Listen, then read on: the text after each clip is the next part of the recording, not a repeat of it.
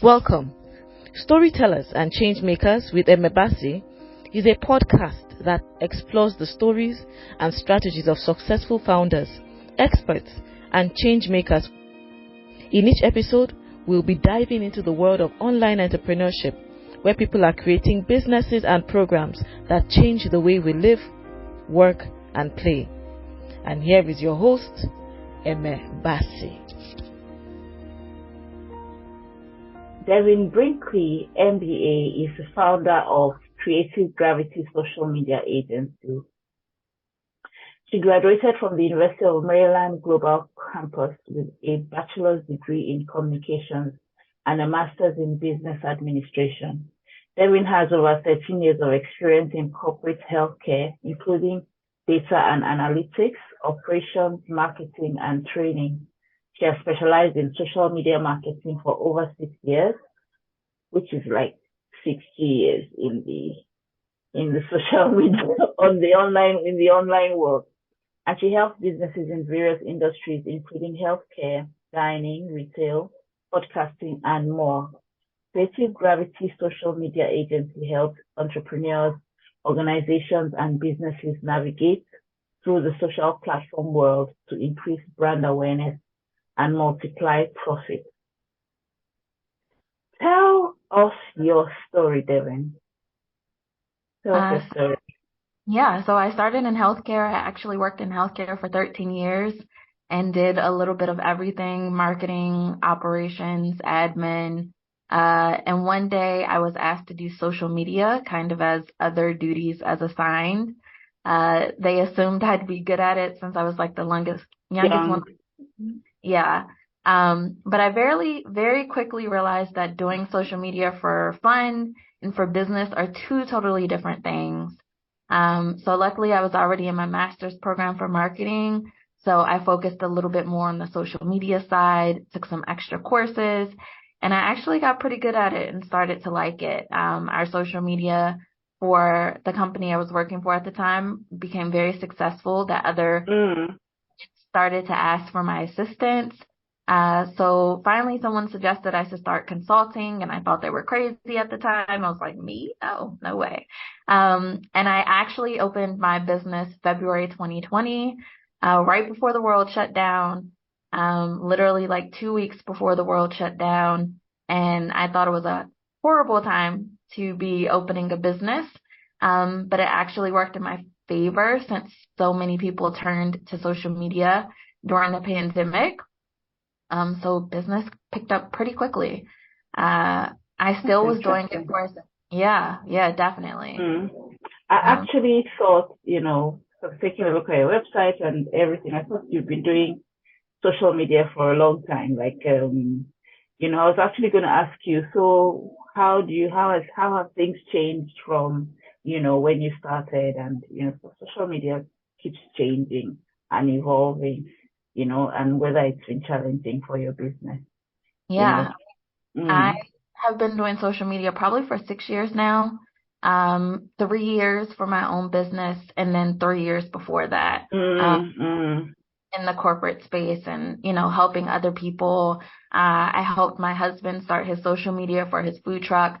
And things have definitely changed significantly in the past 6 years as far as, what types of features are available on social media. There has been such a huge shift to video content, in the past, 6 years. A lot of it was visual at first, just pictures and really short and captions. And, now you can write really long captions, and, you need to have a call to action, and you need to have a social media strategy. Like, there's just so much more thought and process and strategy that has to go into it now, as opposed to just posting pretty pictures, which was really what you could do 6 years ago. Post pretty pictures and they would come. And that'll be okay. Yeah. I mean, like, my page now is over 3,000 Facebook. 2,800 or something. And it's has probably not moved from that number for months and months. Because of the way the changes have been, it was so easy to put something up, and then you have so many likes and followers and anyway, let's not go down that road. Let's not go down that road of complaining about the changes. But tell us your story. About you said you used to be in the corporate world, and you have an MBA as well. So you it sounds like you could be doing just about anything you want to do, both in the corporate world as well as in business. So just tell us your story anyway of how you made that transition. And I think our audience would really like to hear that. So I was doing social media as a side hustle for 2 years while I was working my corporate job, and really never had the confidence to leave. I had worked there for 13 years. I had become complacent. I liked my benefits. I had finally made it to 6 figures. So I was like, this is what I've been working for. But I wasn't happy. Like, I literally hated my job, no matter how much money I made. But regardless, I was going to stay. And ultimately what gave me the strength to leave, is that both of my parents passed away, fall 2021. I was only given 3 days for each of my parents. They passed away 32 days apart. So before I could even but even cope with the loss of my dad, then my mom died. Oh, wow. Oh, yeah. Wow. And even working in healthcare, they did not think that my mental health and my grief was enough for me to have extended time off. So one of the last conversations my mom and I had actually was, I told her, when my dad died, that I was really considering quitting my job, but I was scared. And she said, baby, do what makes you happy. And helping people, doing social media, that's what makes me happy. So I finally mustered up the courage to quit my job, and I never looked back. I've never been happier. In my first month full time, I was actually able to replicate my 6-figure income, which was amazing. I definitely had to work my butt off, but I was able to replicate that 6 figures within my first month. And within your first month. Yeah, that's amazing. Yeah, what I was because making, you'd been doing it anyway. You'd been doing it as a side hustle. yes, And then yes. you now said, okay, I'm gonna quit my job and then put all my energy into this. Exactly. So I was able to, really focus on my business, put some strategies into place. I worked with a business strategist. So what I was making monthly at my corporate job, I exceeded that within my first month being full time, which was a huge just sign to me, like this was the right choice. And while, yeah. I mean, I've said, in conversations recently, I've said, that, well, talking about myself, coming from the country that I come from and the culture that I come from, we don't feel that we have the luxury of saying, oh, I don't like this job, it doesn't make me happy, kind of thing. It's like, who cares if your job makes you happy as long as it's making you money, that kind of thing. So that's the general feeling. So if somebody says they're leaving a 6-figure job, to go and pursue to go and be a social media manager after being like a big person in this big company for years and years, I mean, it's a big deal. It is a big deal. I mean, what you did is amazing. What you did is really amazing. Thank you. So what would you say if you could say one thing apart from working your behind off? What if you could say there was one thing that really led to your you being able to get that traction that quickly? What would you say it was?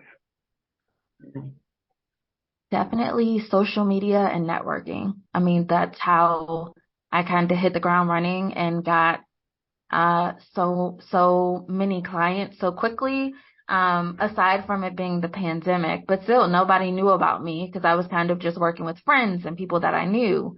So I started networking, actually joined District Bliss with Sarah, who is another speaker, at the summit, and met a lot of great business owners.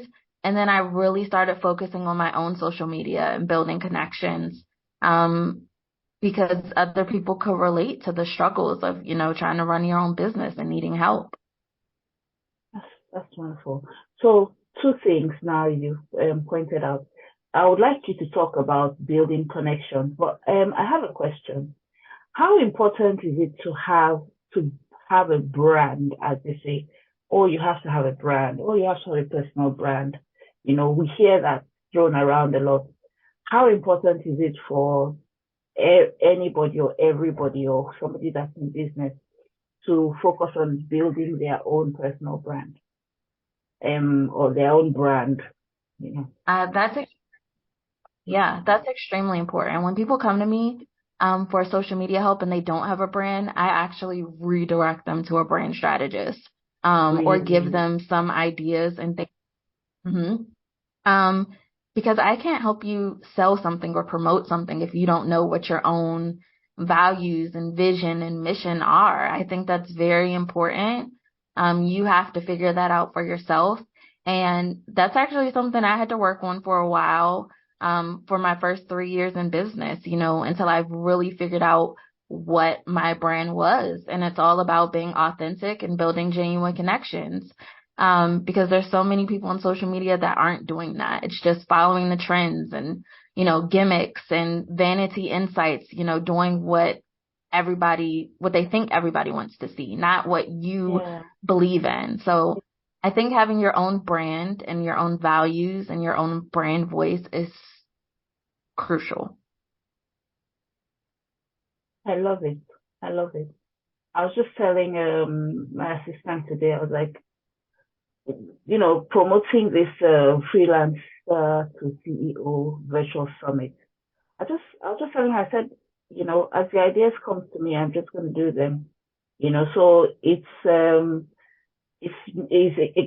way of me being myself, using my own creativity, and not so much always saying, okay, you have to do 3 photographs and 2 reels, and those, following those formulas. But I was like, okay, if I have something to say, I'm going to come out and say it on social, and then just show that authenticity. Of course, there can be structure and all, but it's something that I hadn't really embraced before. So what's your favorite platform? Your favorite social media platform? That is a good question. My favorite is Instagram. That's where I have been able to connect with the widest variety of people. And it's just somewhere I feel comfortable. And that it depends on, the person. I have people that hate Instagram, and that's fine. I have people that prefer to be on LinkedIn because it's more, of a professional kind of space. I really think that ties back into your brand and the type of people you want to connect with. I see. Okay, so when you talk about creating genuine connections with people,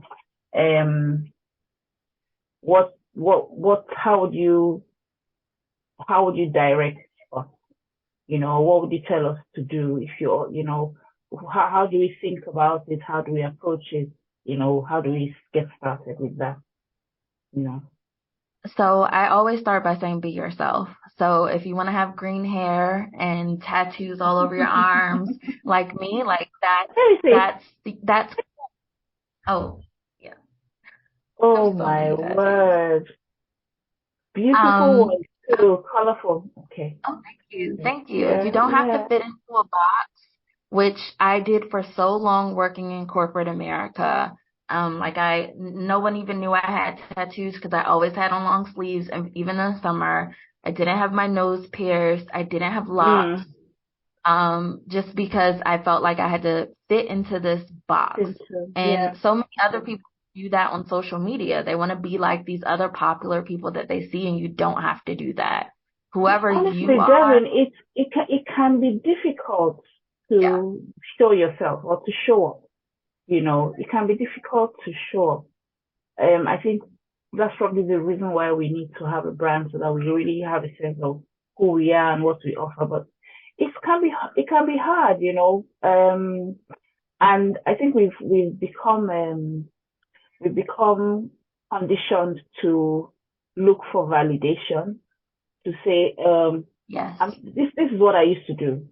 This is what I would do, or I found myself doing. I have an idea. Instead of implementing that idea, the first thing I do is I go and see if anybody else is doing it.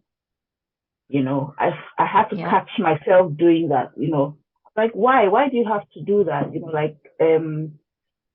But is that validation that you're seeking? Like, okay, has this been done before? Okay, so I can do it.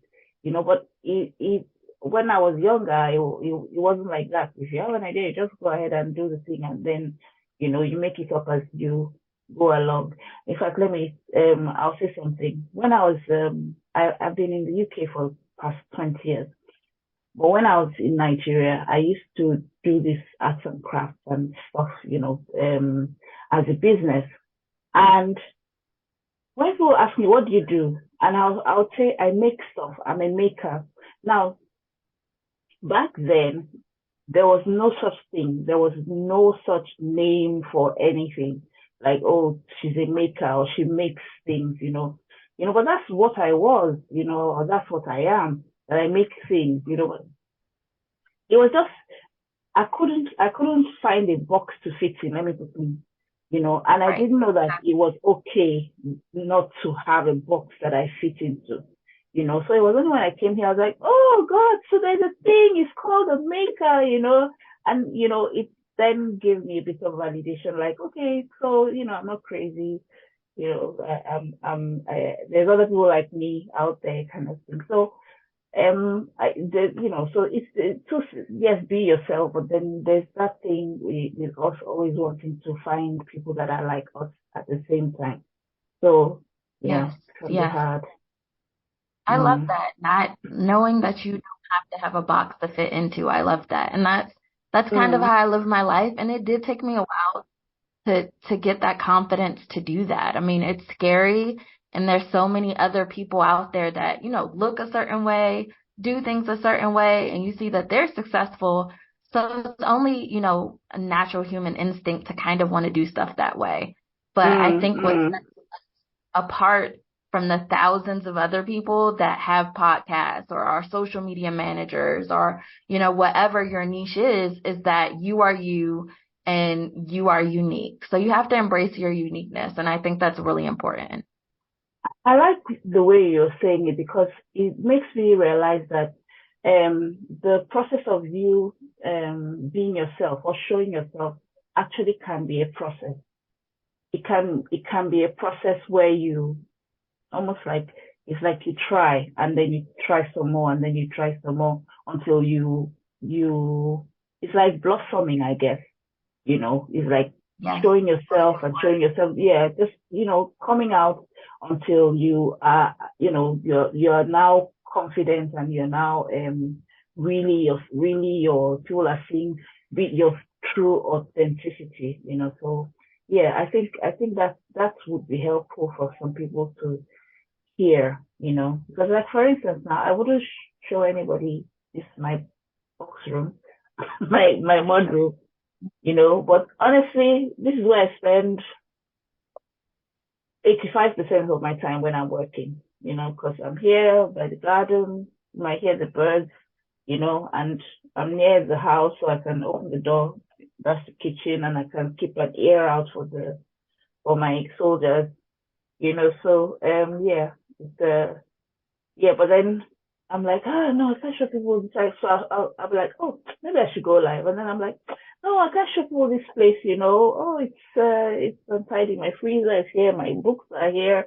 And, but this is where I am. This is who I am as well. So maybe once we fix the That's door. what makes you happy. I mean, it's a beautiful view. And I think that fear is what holds so many people back. What will other people think? Are they going to judge me? Are they going to like this? And I have that own fear. I mean, that same fear. It took me 3 years to take brand photos because I just don't like taking pictures. And Wow. I was like, Oh, you know, wow. what are people going to think? And I finally posted them and everyone loves them. So it's like, Yeah, I love don't them. Oh, thank you. Like, You make it look don't, easy then. That means you make it look easy because somebody seeing you would not think, oh, she would have felt those feelings or, had those, you know, things holding her back, you know. And I think there's the beauty of like, there's just something about being yourself. That's the reason why people like Simon Cowell, because there's something about that's attractive or when you're your real self that really attracts people. People recognize it, they right. can they can almost smell it, I guess. So Yes. so if I have somebody that I really want to if I have somebody that I want to make a genuine connection with, or generally maybe call it my audience, and then individual people, how do I create those? How do I um, make those connections? Is it what you say? Is it how often you show up? How does it work? There's a lot of little nuances to it. First, of course, like I said, be yourself because you're going to attract the people that are like you or that like you, like your personality, like what you have to say. I mean, I've literally attracted other people that have green hair, which is crazy just because they're like, Really? wow, yeah, wow, I Yeah. love your confidence or, stuff like that. And it turns out we have a lot more in common. Come on. But yes, being yourself, finding out what resonates with your audience. So what are their needs? What are their pain points? And those are the things that you want to speak to. So whether you have a service-based business or a It's so product-based funny. It's business, so funny that you said that thing because when you showed me your tattoos, I know that this will be a podcast. But when you showed me your beautiful tattoos, I thought to myself, I don't have any tattoos to show her. Because it's that thing. It would have been nice for me to just say, oh, look, here's mine. I also have a tattoo. Yeah, that kind of thing. So I can well imagine that there will be people that you meet and when they see your tattoos, they're like, oh, this is mine as well, and then that just gives you that connection as well. That instant exactly, connection. Mm. it can be the smallest thing. To speak to your point, when I just posted my brand photos, I had on a Beetlejuice shirt, which was one of my favorite movies, and so many people commented that they love Beetlejuice, like something just You know what that small.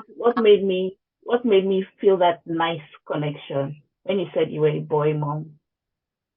I just saw it on your Twitter. Oh You just yes, said boy that mom, and I was like, oh, boy mom. So that was my own point of connection. I was like, oh, I have three boys, and oh, she's a boy mom. And in fact, I spoke about you to one of the other speakers because she has four boys. So I was like, oh, I just one of our speakers also is a oh, boy mom. Yeah, yeah. So it's a thing. Yeah, it's a so thing. exactly, little things like that. Little And things, with boy yeah. moms, you can connect on things that girl moms can't connect on. You know what I mean? Because they're totally Mhm, different. mhm, mhm. So that just goes speaking to being yourself. Some people don't want to share about their families or, but I can say that I'm a boy mom without telling you about my I mean, so kids. yeah, You know what I mean? exactly. But yeah, finding out what resonates with them. That's something that may resonate with my audience. Maybe you sell products geared towards moms. So you're obviously going to speak to stuff about moms, and motherhood. And then the relatable part, something else is how hard it is. How hard it is to run a business and have a family. You just think through things like that and figure out what it is that your audience wants to talk about. You can do surveys, you can do interviews, you can hold conversations just like this, just to kind of pick people's brain. Like, hey, you're my target audience. I'm selling to people that have boys. What kind of questions or problems do you have? You know what I mean? And then there you have a list of topics that you can talk about. Also, AI is huge right now. I do not use it to like actually develop copy or anything like that, but to ideate and figure out ideas. You can literally go in there and write what type of content can I post for, this type of target audience. And it'll give you a list of content ideas that you can Okay. And expand then upon. that just, gives you an idea, gives you an idea that you can expand on. Yep, exactly. Wonderful, So wonderful. yeah. What you said actually reminds me of I on my website I have a freebie shameless blog. It's actually called 5 Ways to Introduce Yourself, and one of the ways, which is really 5 ways to tell your story. And one of the ways that we talk about is telling like your whole life story in like the phases and the stages. And then because when you tell it in those phases and stages, it gives people different ways that they can connect with you. So like, if you say, oh, I'm a single mom, or I love music, I have 3 kids, I'm a boy mom, I'm a Christian, I love reading. So when you just tell your story in those ways, you give people ways to connect with you. So it's almost like another, like just, what you were saying just really reminds me of that. It's that thing where you tell your story, you tell your story over time on social media, and that actually makes people to connect with you, on different levels. Yeah, yeah.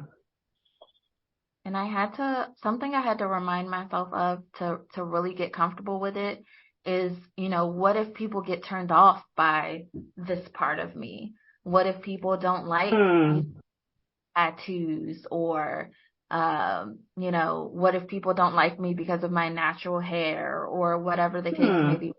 Whatever it is that you may be fearful that people may judge you on. And I just have to remind myself, those aren't the type of people I want to do That business you want with. to work with in the first place. Yeah. Exactly. Yeah. So if they're turned off, that just makes my life easier because I don't have to weed them out. I can tell that because what you're talking about really takes a bit of courage, and it's something that we can hear, but if you don't, and agree with, you can even hear it, you can agree with it, but what if you don't do it, or you just never get around to really doing it, putting yourself out there, even, like you said, having something holding you back that says, what do they think, what are they going to think about this? Or what if they don't like a part of me, or what if something about me puts them off, is off-putting, and then, but you still go ahead anyway. You still, put yourself out there. You still stand in your truth, in what you stand for. So that I think takes some courage, which I mean doesn't mean not everybody can be courageous. Courageous just means, take that 5 or 10 seconds to just move forward, even like when you're feeling afraid, you know. But yeah, it does take that courage, and then the more you do it, at least that's what I'm learning from you, you know. The more Yeah. you do it, the more you So this show up, the better you get, happened overnight. This Mm. definitely to develop this type of courage. I'm actually a huge introvert. And when I meet people and tell Really? them that, they're like, no, you're not. I'm Yeah, a right. huge introvert. I see. But once I start talking to people, I can just kind of build those connections, like you I don't said. even know. I don't even know who I am now. Now, the other day I was saying to I was saying to my husband, I said when he's tired, like really really tired, exhausted, like how you're tired, how you said you were tired, you know, he talks, so he becomes very chatty and talkative. And when I'm tired, I just want to be quiet. I just want to be quiet, and you're there talking to me, and kind of like, I don't know, jabbering, and I'm like, you're tired. That's why you're talking so much. And I'm like, I'm tired, and that's why I don't want to talk. So it's like really, really, yeah, yeah, so, yeah. My So, but husband is the same way. I'm like, go to bed. oh, okay. So but I guess so you said when you're talking to somebody and you become comfortable, then you you appear to be an extrovert? Yeah, I think because I just find that way to connect with them, and then that eases my own stress levels and my own anxiety, Mm, and then I'm able to kind of be myself, you know what I mean? And I get comfortable. Somebody told me that I've never met a stranger because I'm able to just kind of, even though inside I may be screaming with fear, but once I get that conversation started and I'm like, I find that thing that we can connect on, yeah, then yeah. I'm like, okay, we're good. But to answer one of your questions, if you aren't comfortable doing that, if you don't put yourself out there, for the first couple of years in business, I was kind of fitting myself into that box. I was not putting myself out there. I was not showing my face. I was not showing up. And I was finding that I was attracting a lot of people that I didn't really want to work with. And Really? yeah, I actually had some contracts with some people that were just not nice people. Very just mean people. We didn't have the same values. Just people I probably would not even really talk to in life. In real life, But yeah. yeah, but because, I was just worried about, bringing in money and not necessarily my values and my true self, I was not connecting with my audience. I was connecting with the wrong audience, and I was miserable with the people that I was working with. So actually, after working with a business coach, I terminated some contracts because I was like, this money is not worth my peace of mind or my joy. And I find the more I put myself out there, I'm connecting with people like myself, Mm, mm. business with people like myself, and it just makes me happy. I love that. I love that so much. Oh, thank you. So what I'm hearing, you're kind of like making a correlation between showing up fully, like Mhm. showing up, showing your face, showing yourself, and actually connecting with the people that who are going to love you and you are going to love them as well. And that the more you hide, the higher chance of attracting the wrong kind of people to you because they've not seen the whole you, so they don't really know, and you don't really know whether you are meant to work together. There's that thing that they say, and I believe it's true, that you're not for everybody, and the people that you're meant to serve are going to be attracted to you. Just as you can look at it from the other side of like you have a responsibility because there's some people that cannot be helped unless you show up, because Mhm. the thing that they need is in you. And if you don't have that, if you don't have that, I don't know, compassion or feel that sense of responsibility to say, okay, I'm carrying something and it's meant to be for some people. And if I don't show up, those people are going to suffer because they're not going to get what I have to offer. They need it and they can't get it from anyone else except from maybe the way that I deliver it. That's Right. quite a bit philosophical, but I like the way you're making me see things and making some things slot into place. Yeah. So I Yeah, am going I to love say that. some of the goodies for our for the freelancer to CEO virtual summit. Devin Brinkley is going to be speaking and she's going to be teaching us in very practical as well as philosophical ways how to create genuine connections on social media. I saw on your social media, I saw some of the things that you said about expectations, the expectations when you're hiring someone to do your social media, and how do you meet those expectations, or how do you manage, let me put it like that, manage those expectations from people? Really good question. So Yeah, like straight you're out the coming gate, to when we have, save the day. Now we've got a social yeah, media manager. She's going to save the day. Our business is saved at last. You know, and then here you come, right. and then Yeah, straight out the gate.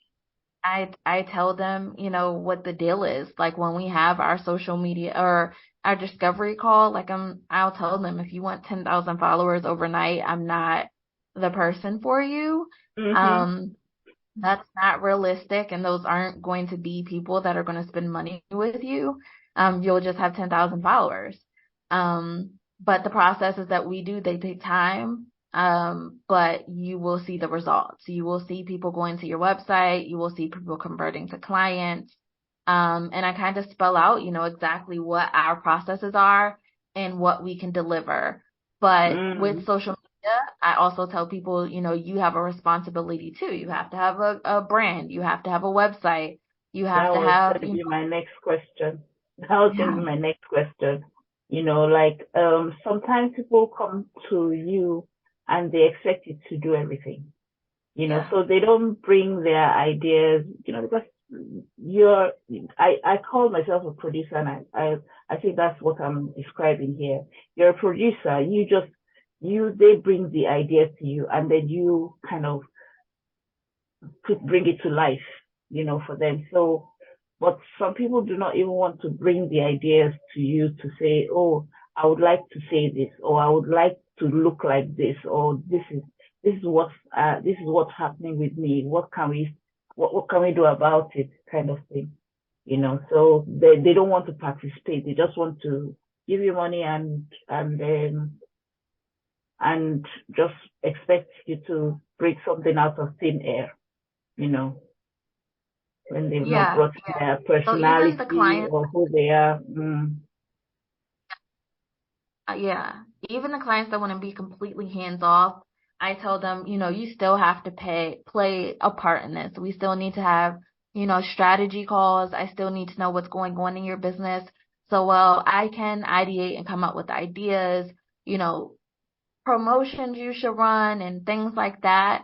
Um, we still have to play a part because ultimately you are the expert in your business, in your industry, in your niche. So this is more of a partnership, not me just doing everything. Okay. Okay. So, any final words for somebody who genuinely wants to make a difference, through their social media? Oh, I have another question for you, like before that. Um, I know as a social media manager, you probably be on all the platforms and LinkedIn and all that. What do you say about when the people advise you to stick to one platform? What do you say about that? Really good question. So there are a lot of people that want to be on every platform there is, Mm, and I mm, will tell them, no, don't do that. You pick one or two platforms that you're comfortable with, and two, your target audience is there. Your target audience is not going to be everywhere on every platform. They might not be on Facebook. They might not be on LinkedIn. So you need to do research or hire a social media marketer to do research to figure out where your target audience is. If you're on every platform, you're going to get spread too thin and you're not going to give each of those platforms the attention they need to actually build those yeah, connections. yeah, yeah, yeah. Okay. And then, yes, so your final words. What would you say? What final words of advice, comfort, encouragement, you know, what final words do Um, you have for us I freelancers would, who want to become CEOs? yeah.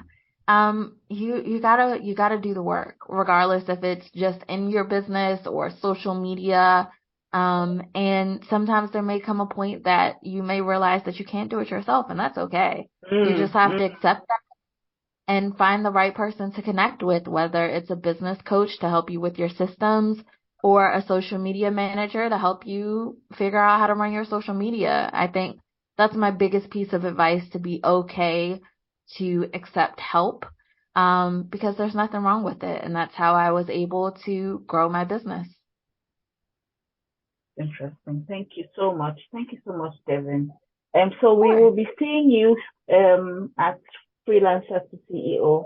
So this is not all that we're going to get from her. There's loads more under the hood. So, Have a good evening, everyone, and thank you so much, Devin, for joining us. Have a good night. Bye. Thank you. You have been listening to the Storytellers and Changemakers podcast with Emebasi. If you enjoyed the episode, please take a minute and leave us a review. It would really help us. For show notes and links mentioned in this episode, visit emebasi.com/podcast. Thanks, and see you on the next episode where we hear more stories and strategies from amazing storytellers and change makers.